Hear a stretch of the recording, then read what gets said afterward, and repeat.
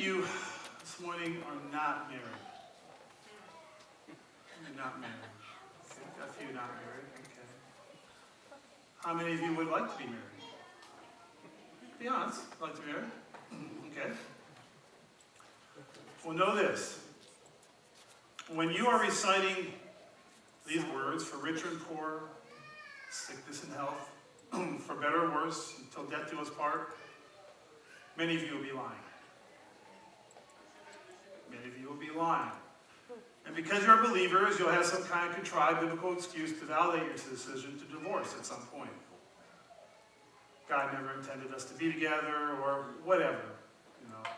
I just don't, or we've grown apart, we don't love each other anymore. There's numerous excuses.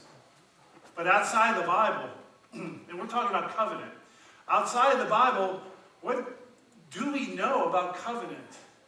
What do we know about covenant in the world? The idea, the concept of covenant. What do we know about it? Quite frankly, little. Little do we know about covenant. Our only example is marriage, and I believe in most schools, 50% is a failing grade. And then the concept of covenant is not part of the language of our modern society, with the exception of marriage. And even then, it appears there is some confusion amongst our teachers of the world calling same-sex unions marriage. However, to the generations of people represented in the Bible, the word and the concept was woven into the fabric of their society. And if we are to understand the nature of God and our relationship with Him, understanding the nature of covenant is pivotal. From the beginning, God, as Linda said, we are to love Him. He loves you. He loves His people. We are His creation. He created us. And He desires that we live in a right relationship with Him. So why? So we can receive all the blessings that He intends for us to have. To live that abundant, blessed life. That's why we have colors rather than black and white. And I can go on and on and on. That's why things taste good, feel good, look good. Because He loves us. But He also knows our hearts. And He knows that He will have to make the first move. Which is what He did with the blood covenant God makes with Abraham. In the ancient Middle Eastern world, it was common practice to Karat Brit. To cut a covenant. A covenant, best understood within a biblical context, is this. Is a legally binding relationship between two or more people. A legally binding relationship, Linda, between two people. And as I said, the closest comparison to it in our modern culture is marriage. But with the current prevalence of infidelity and divorce in our culture, even marriage anymore doesn't compare. The difference being that historically, once a person entered into covenant, he or she should not or could not be released from it. Let me say that again. Once they entered into covenant, they could not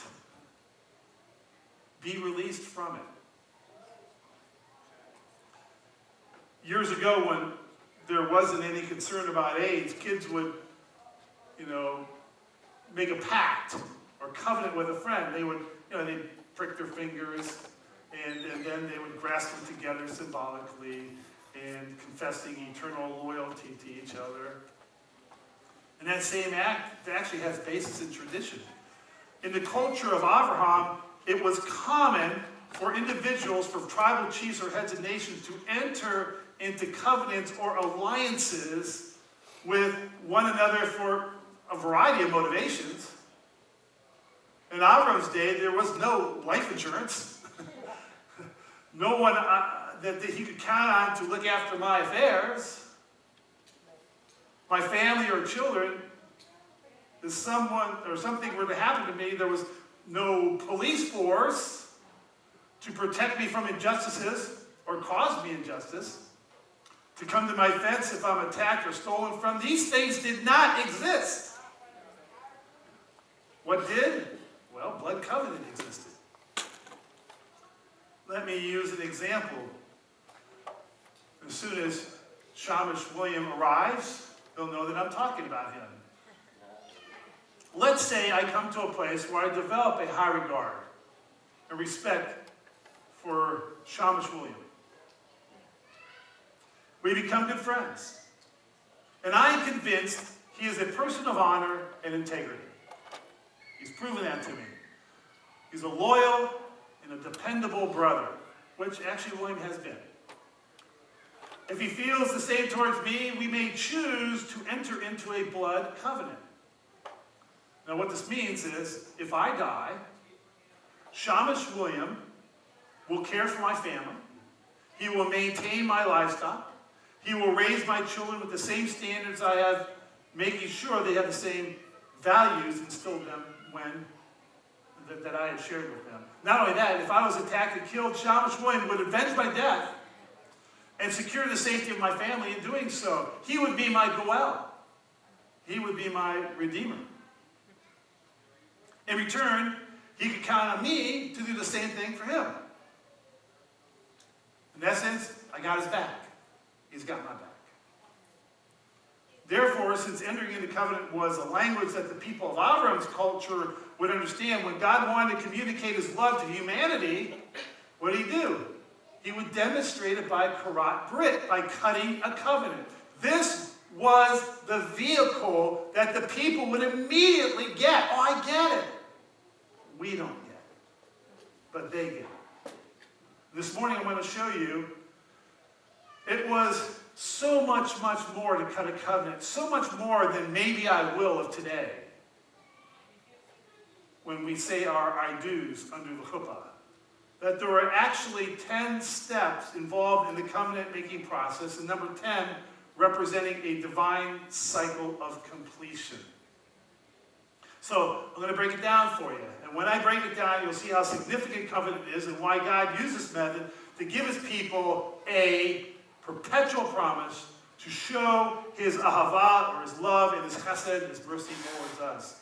So if you want to write some of this down, this is going to be kind of a teaching kind of message. So I'm going to be rolling through here. All right?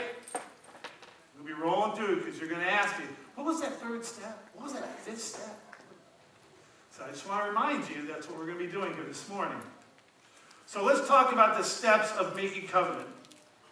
Before anything took place, our two families would be brought together, not unlike an engagement dinner, and begin the preparations for a large celebration, a large wedding, and a covenant meal. Did you hire the caterer? 2 documents would be drawn up that would list who I am and who Shamash William is, containing all the promises and stipulations of our covenant, followed by the curses that would be pronounced upon each of us if either of us broke the agreement. There is prior... I don't know if I should say this, but I'll go for it.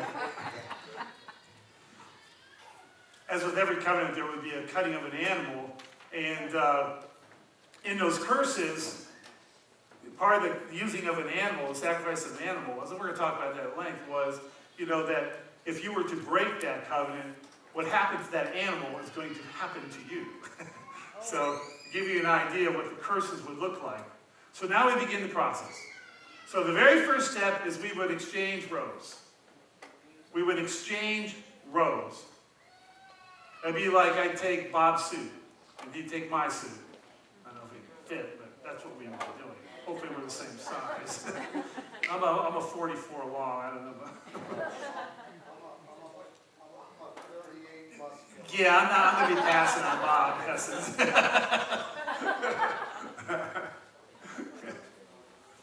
So, and the reason we exchange robes is to be an exchanging of identity. Exchanging of identity. And you got like jerseys at home with like in my closet right now. Who was I telling the other day? A guy I work my other job with. He's a Cowboy fan. He's from Texas. And I was sort of ribbing him the other day, saying, I've got a Dallas Cowboy jersey in my closet. He goes, really? Oh, yeah. Well, what player is it? I go, Bernie Kosar.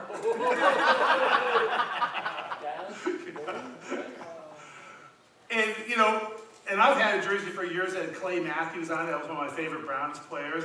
But we do that. We put on, in essence, we put on a jersey. We're kind of putting on the identity of that player. That player kind of reflects the kind of person we like. We like the way he plays. We kind of track with that particular athlete. So similarly, the two parties would take their outer garments and they would exchange them. So let's say that Shamash William and I cut a covenant and we would exchange outer garments. And then if someone saw either of us from a distance, a person might say, hey, here comes Shamash William. Boy, he's a handsome guy. That's me. But wait, he's not walking like Shamash. Shamash William's kind of grown a little bit. In fact, wasn't he a little shorter? Or... No, that's Rabbi Michael. What's he doing in Shamash Williams' cloak or coat? And I tell this story. Some of you have been with me for a long time. This is actually a true story. It's our first year in ministry, and we shared a church. We had to set up all the time. So I get there in the morning, take my jacket off, and set up everything, And it was time for the service, get my jacket back on, get ready to go. So I'm up there, and one of the ladies in our congregation in Alberta, she's looking at me, and really funny. I wasn't quite sure why she was looking at me funny. And so it was like a break in the service, I can't remember, like a greeting time. She goes, can I have my coat back now? She had happened to wear a blue blazer that day. It was exactly like mine, and I was wearing her blazer. It's a true story. I had this funny feeling, what's everybody looking at me a little bit? I kid you not. So we're reading Colossians chapter 9. Second half of chapter 9 and into 10, you have stripped the old self of its practices and have clothed yourselves with a new self, which is being renewed in knowledge according to the image of its creator. See, the exchange of robes represented a confusion of identity. Can you imagine being at a place with God that when observed, we would be confused with being the Messiah? Could you imagine that? As you're walking with the Lord, such you go, oh my gosh, did it! You're Yeshua! But that's the goal. That's the goal, to be confused with the Messiah. That your walk with the Lord is so Torah-like, so like Yeshua. So we'd exchange robes. The second thing we do is we exchange belts. And the exchange of belts was, in essence, an exchange of strength. The covenant partners would trade their belts, and it'd be kind of like what David uses a tool belt when he works and stuff. It'd be like exchanging tool belts, so he'd be very disappointed in my tool belt, because he's got a really cool tool belt with lots of really cool stuff on it that he knows what to do with. So, but in those days, the belts would hold a person's weapons that he would use of warfare. And so we would be exchanging, or we symbolically sharing our strengths, or sharing our assets. And Shamash would be saying to me, Michael, what's mine is yours, and what's yours is mine. And our strength and assets would be combined. When we surrender to God, brothers and sisters, we get His power tools. That's right. We get God's power tools when you're in relationship with Hashem. In fact, Psalm 118:14, the Lord is my strength and my might. He has become my salvation. So consider this. When God made a covenant with Abraham, God was saying, when they see you, they will see me. And my strength will be yours. So we've exchanged robes and belts. There's also an exchange of the actual weapons. And this would symbolize an exchange of enemies. An exchange of enemies. Everybody's got enemies. Everybody has somebody in their oikos, in their circle of influence, that just doesn't like you. And they cause you nothing but grief in your life. And you wonder, why do I have an Amalekite or a Malachim? Why do they not like me? What did I do? They just don't like you. And so, we all have enemies. Shamash William would be saying, Michael, I got your back. If anybody comes against you, they have to go through me first. Because we're now partners, and my task what I can give to you is my protection. He will make our enemies a footstool for our feet. He will be our defense, the prophet Jeremiah says. Therefore, thus says the Lord, I am going to defend your cause. I'm going to take vengeance for you. In exchange, I would be his protector as well. Because Mark 13:9 tells us, you will stand before governors and kings because of me as a testimony to them. So think about it. Isn't this what loyal friends ought to do? Isn't this a natural thing to do? It is, but now in the unbreakable covenant, the two parties have become echad. They have become one. And again, as the marriage covenant is today, is the closest thing we have where the two become echad or one. The two become one flesh. So now we have there's 3 exchanges, robes, belts, weapons. Now we have a blood sacrifice. That's the 4th step.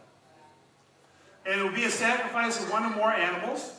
Not the kind where the animal is placed on an altar to burn. No. In this covenant sacrifice, the animal is actually cut.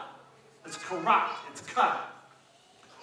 And as we can imagine, this was a mess. A big bloody mess. Reminds me of what Michelle said to me the other day. She's driving along. And all of a sudden, right on her windshield, bam! On her windshield was a bloody squirrel. Made a mess all over the windshield because some hawk or something had dropped it from the sky. Scared the crap out of her. And then I had to put the wipers on and wipe away, squirrel guts off my windshield. It's disgusting. But that's what you had here when he cut this animal. It was a big, bloody, disgusting mess. It wasn't like a surgical cut or anything. And here's how we get the clearest idea what motivated them not to break this covenant. In fact, they used to, specifically years ago, centuries ago, there's some, they used to call it cutting an ass, because that's what they used to do. They used to actually cut a donkey. So it's kind of funny that if you break the covenant, I guess you're in, no. But the cutting of animals was intended as a visual for the participants of what would happen to either of them, as I said, if they failed to uphold their commitments. If I break the covenant, then shall what happened to these animals happen to me, and vice versa. Now, prior to this covenant God is making with Abraham, God had already entered into 3 other covenantal relationships with humankind. He already gotten into 3. Let me show you what those are. The first covenant God made with humankind is the Edenic covenant. And he established humankind's rule over the earth in the manner that it was to be conducted. The Edenic covenant. The second was the Adamic covenant. The Adamic covenant resulted from our first parents' failure in Garden Eden and consists of curses and promises God has prescribed for all humanity. And finally, the Noahic covenant, which represents God's promise to never again destroy the world with a flood. He marks this promise with the sign of a rainbow, and I'm really wrestling with going on a rant right now, but I might. And my rant is this. It says, who does the rainbow belong to? God. Does it belong to the gay community? Did they misappropriate the rainbow? Okay. Who does that symbol belong to? God. Thank you. Was it a geometric symbol before it was misappropriated by some groups? Thank you. Okay, argument dismissed. What God intended for good, some people can turn into evil. Okay? But still, it began as something, and then somebody can misappropriate it. It happens all the time. And Brother David's tool belt is a hammer. I could take the hammer and we could build the house, or we could destroy this congregation. We can misappropriate something that God had created. That's my rant for the day. I'm done. Okay. Which takes us to the Abrahamic covenant, the most significant to believers today. And why is that significant to us as believers? Primarily because God made the covenant to Abraham and to all of Abraham's descendants, including non-Jews, through adoption. As followers of Yeshua, we are Abraham's descendants. And this covenant promises great blessings to all the world through Abraham's most significant descendant. Who is that? Messiah Yeshua. For the promise to Abraham and his seed that he would inherit the world did not come through legalism, but through the righteousness that trust produces, we read in Romans 4:13. For verse 16 goes on to tell us, the reason the promise is based on trusting or faith is so that it may come as God's free gift, a promise that can be relied on by all the seed, not only those who live within the framework of the Torah, but also those with the kind of trust or faith that Abraham had. This covenant with Abraham, or Abram, I'll show in more detail later, was ultimately and infinitely fulfilled with the bloody sacrifice of God's Son, Messiah Yeshua. Which takes us to the fifth step. The animals are cut, so now we have the walk of death. The walk of death, the fifth step. So once the heifer, the goat, the donkey, the ram were killed and sliced in two down the undersides of their bellies, the next step taken was for the covenant partners, you got to get a picture of this, to literally walk between them through what would be a mass of blood and guts, a mess. And one would walk through and then come back on the left side, and then the other would walk through turning toward the right. And so in the end, what they're forming is a figure eight pattern. Intentionally. A figure eight pattern. Remember, nothing is by accident. The root of the number 8 in Hebrew is Shemoneh, I should say. Shemoneh. It means literally covered in fat. That's what Shemoneh means. And when you use that same word as a noun, it represents superabundant fertility. Superabundant fertility. And it is one more than the number of completion, which is Shiva, which is 7. So when a Jew completes their time here on earth and passes, what happens? Family members sit Shiva. Many of you don't know what that means. Sitting Shiva means to mourn a person's death, to sit for 7 days, to mourn the loss of this loved one. And walking in a figure 8 symbolizes a new beginning that would represent abundance for both parties to the covenant. Remember, this ritual of cutting a covenant was somewhat common in those days. I suppose that's why the Bible doesn't go into every detail. Today, if I said that 2 men entered into the contract, what would you think? You think, well, the piece of paper is drawn up and contracts drawn up, and like when I refinanced my house and signed a stack like this thick of papers, and so you have, me and the lender sitting there signing all those ridiculous papers, and then at the end we say, oh, it's over, and you shake hands and you go on, right? Is that how most contracts are? You go buy a car, or you take out a loan for something else. And then, of course, in many situations, the contract will be notarized by a third party. That's typical today, right? In Scripture, when it says he cut the animals, and then a horror of great darkness fell upon Abram, it is enough to know that God and Abram had went through the walk of death together. But on the other side was what? Resurrection. Resurrection from the dead. Shiva gave way to Shemoneh. Shiva will give way to Shemoneh. New life. That sound good? New life. New beginning that represents abundance and prosperity. Then there is, after the walk of death, there's the mark on the body. The mark on the body. That's a custom of striking of hands. Striking of hands. What we would do as part of that covenant process, after we did that figure 8 walk together, and Shiva gave way to Shemoneh, we would use a knife. We would cut our wrists. Isn't it interesting how people, when they want to die, cut their wrists?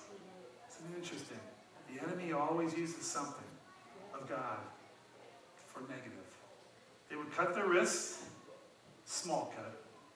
And then they would put their wrists together, like this, mingling their blood, and it's called striking of hands. Further, we would not only cut our wrists and strike them together, but we would take some abrasive substance of some sort to our wounds, like maybe gunpowder, okay? And as we're rubbing our wrists together, the gunpowder would get under the skin and leave a mark, a pronounced permanent mark on the body, not unlike a tattoo. There it is again. Similar to what is expressed in Deuteronomy 6:8, we shall bind these words as a sign in our hands, that we say in the Bahata. We shall bind these as a sign in our hands. Covenant. Covenant with God. We are marked by Yeshua. Remember Leviticus 17:1, for the life of the flesh is in the blood. Now some traditions say that the modern custom of waving our hands, we're greeting, waving our hands. Why do we do that?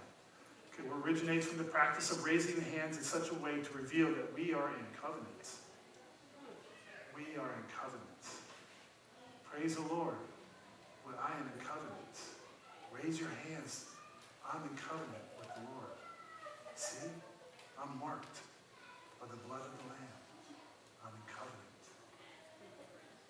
Don't come against my people, for they are tattooed on my hands. Don't come against my people.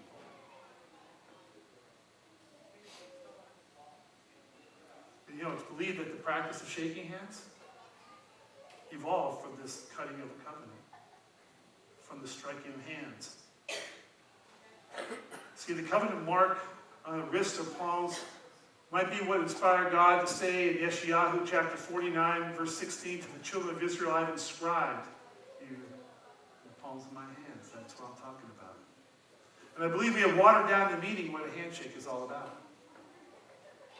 I can tell you this, there's some people, I won't shake their hand. Because I'm not in covenant with them. I'm not in covenant with them. There will be some people, I won't shake your hand. Now, many of us, you call friends, for example, people that are just really acquaintances. Pronouncement of blessings and curses. Step 7. So we walked through the pieces, we struck hands, Shamish William and I would face each other, and we would declare out loud our vows. Right? You do that when you're going through a bar mitzvah, you do that in a wedding ceremony, you do that when you confess Yeshua as your Lord, you do that in numerous places. You make a public confession. Those who believe in their heart, confess with their mouth, will be saved. And so we would literally declare out loud our vows, the stipulations and the promises of our agreements, followed by the curses and penalties for early withdrawal. So with our wounds still open, we might choose to mark the contract, the ketubah, with our blood. And we would then fold it up and tie it to our arm or neck as another identifier that we are in covenant with one another. I am in covenant with my ketubah, my contract from God, who's written, sealed in the blood of the Lamb. It's my contract. Amen? Carry it with me. It identifies who I am. We would then fold it up, tie it on our arm and neck, so everybody could see. God expressed to his people in Deuteronomy or Devarim these words. So long as you keep the terms of this covenant, blessed shall you be when you go out and when you come in. Blessed shall you be when you rise up and when you lay down. Blessed shall be your wife. Blessed shall be your children. Blessed shall be all that you put your hands to. Because the culture revolved around the agrarian or agricultural economy, he would also say that blessed shall be your oxen, your donkeys, your fields, and the produce of your fields. And after a pause, he would then say, but if you violate the terms of this covenant, cursed shall you be when you rise up and lay down. Cursed shall be your wife, your children. Cursed shall be your oxen, your donkeys, your land. There are terms, brothers and sisters, to our covenant in God. God's grace is not cheap. The sacrifice that Yeshua made is not cheap. There are terms to that contract. We often see this in marriage. A couple struggles together for years so they finally achieve a place of prosperity in either's particular endeavor. They'd either bail out, having used the other just to aspire to whatever goals they had for themselves, and now they just cast that other person aside. You see it all the time. So that takes us to the covenant meal. Meal, just like we do here in Shabbat. The oneg. Why do we have a meal? Because it's a sign of covenant. We are breaking bread together. We are in covenant with Messiah and with together as brothers and sisters. We are a community of faith. We would sit at a table before our families and friends and have a big barbecue of the animals that were split for the covenant. But before feeding myself, I would feed first my new covenant partner. His first few bites, something would be said like this: as you are ingesting this food, Brother William, you are ingesting me. You are taking me into your life. Does it remind you, perhaps, the bride and groom and the wedding cake? And this brings to mind Yeshua's words that turned away so many followers because they thought it was cannibalism. Then Yeshua said to them, yes, indeed, I tell you that unless you eat the flesh of the Son of Man and drink his blood, you do not have life in yourselves. Whoever eats my flesh and drinks my blood has eternal life. That is, I will raise them up on the last day, for my flesh is true food, and my blood is true drink. Whoever eats my flesh and drinks my blood lives in me, and I live in them. Just as the living Father sent me, and I live through the Father, so who also eats me will live through me. Friends, as God entered into a covenant with Abraham, which is an everlasting covenant, through Messiah Yeshua, God has entered into a covenant with each of you, all of us. When we agree to abide by his covenant, then God's identity becomes your identity. God's strength becomes your strength. God's weapons becomes your weapons. Your enemies becomes God's enemies. And God's blessings and curses apply as well to you. Step number 9. Step number 9. When you get married, what happens, ladies? Well, it used to be more common years ago, but even that's changing. Name. Right? Name. Exchange of names. You're in covenant. We got 2 steps remaining. So in order to let my enemies know who my covenant partner is, I would take Shamash Williams' name, or some letters from his name, and put it in the middle of my name. No longer will I be simply known as Michael James Euler. From this moment on, I would be known as Michael Wild Bill Euler.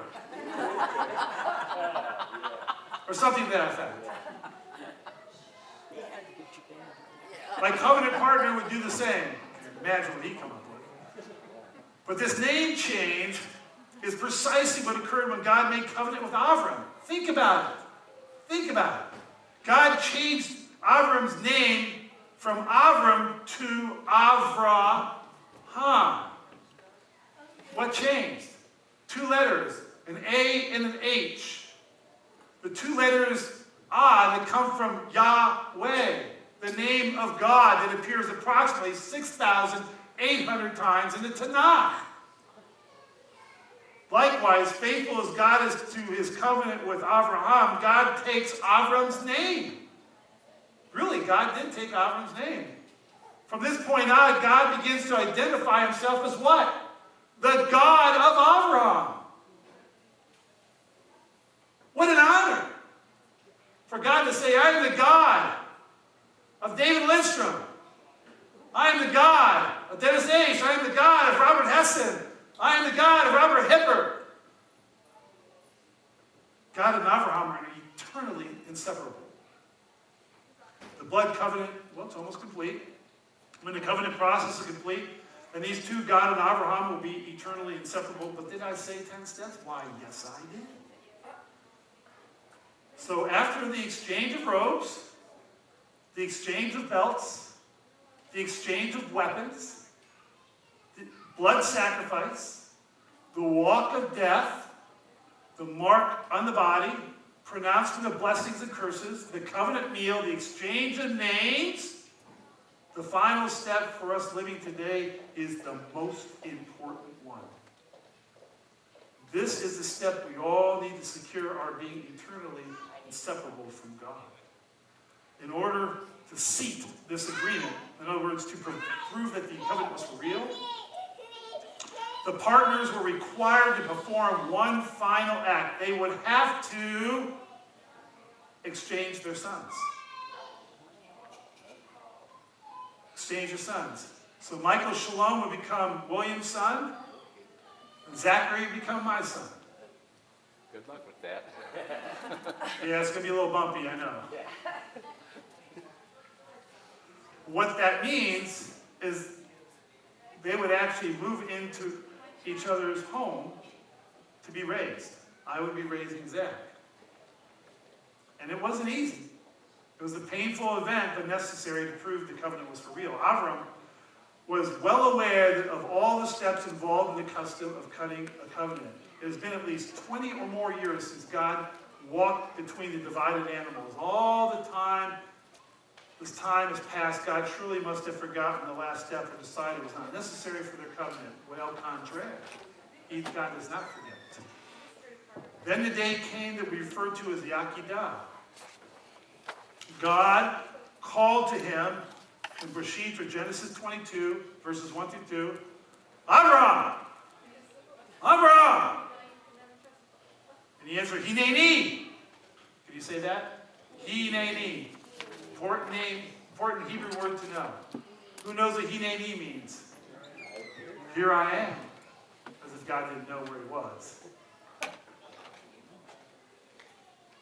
Hineni. God said, Avram, got something I want you to do. I want you to take your only son, whom you love, Yitzhak, and you're to go to the land of Moriah, and there you are to offer him as a burnt offering on a mountain that I will point out to you. Wow. As much as he hoped God would overlook this part of their covenant, because Abraham knew what covenant was all about. He lived each day thinking, I hope God forgets his part. I hope God forgets his part. I hope God... It's like when you get in trouble with your parents and you know something's coming. I hope she forgot that she was going to ground you for 2 days. I hope she forgets. I hope she forgets. Oh, by the way, you're going to be grounded for 2 days. What? A little more serious here, though. Sacrifice of the son. Something he was hoping he would overlook. As much as he pushed back his thoughts about the possibility of this day coming, he was in denial. He knew he was in denial. But he knew for the process to be complete, the exchange of his sons had to take place in order to seal their covenant. He knew that. So since we share in Abraham's covenant with God through the sacrificial lives of faithful obedience to the terms of his covenant, what has God sacrificed to seal his covenant with us? I guess probably most of you know. That's right. You're right. His son Yeshua. God said in effect, Abraham, because you gave up your only child, now I'll give up my only child. And so as Yitzhak likely carried the wood for the sacrifice of his own body up the hill named Mount Moriah, ordained by God, that's what that means, Moriah, ordained by God. Ordination is like aliyah, it's like coming up to the bima, coming up to a place of sacrifice. So many people want to be teachers of Torah. So many people want to have their websites. So many people want to be a voice. And they forget that to do this requires sacrifice. It requires sacrifice. It's putting your life on the altar. It's so much easier just to espouse, spew out information. But it's a whole different walk when it costs you something to live a sacrificial life. So he carried the wood. Likewise, as Yeshua carried the wood. His execution stake for the sacrifice of his own body up the hill to Golgotha, the place of the skull. And just like Yitzhak, who was dead for 3 days in Abraham's heart, Yeshua too was in the tomb for 3 days, and then came the resurrection. Hallelujah, praise the Lord. And when Abraham ordered Yitzhak, or offered Yitzhak, God is satisfied. The covenant had been tested. God, in essence, said it will stand. Now the covenant is done. It's firm. It's sealed. I want to wrap this up. I'm going to go a little bit over 12. Forgive me. But I wanted to cover this. And if Linda wasn't so windy, we had more time. Just kidding. You know I'm kidding. I want to talk about, real quickly, about two different kinds of treaties. There's the parity treaty and the Caesarean treaty. A parity treaty and Caesarean treaty. Yeshua is yours. Yeshua is yours, and you are his. In him, your life is much better than you could have ever imagined. Do you agree? Yes. Is your life better with Yeshua? Yes. In biblical times, there were two kinds of treaties, a parity treaty and Caesarean treaty. A parity treaty was the most common covenant. In most cases, there existed an equity of resources, equity of abilities. Your situations were pretty similar, just different, but pretty much you were about the same education level, same financial situation, living situation, pretty similar. And the two parties would get into an arrangement with each other in a parity treaty. They both had something to offer. We are, in essence, are pooling our resources. You may be the big, strong one. I might be the really smart, clever one. You may have many livestock where, guess what? I've got a lot of place to put grain to feed them. There were, however, situations where a king who owned everything would choose to enter in a treaty with a peasant who had nothing. Why would he do that? Well, this is called Caesarean treaty. And when they come to each other, they say, well, I will exchange my assets and my strengths. And the peasant says, I don't have anything. And the king answers, I know that. I have everything. And you have nothing. What I'm going to do is to give you then one thing that you have, the king says. And what's that? In love, the Messiah Yeshua said, you. Your love, your loyalty, your commitment, that's all you have to give. And that's all that I want. That's all that I want. I just want your love. I want your loyalty. And I want your commitment.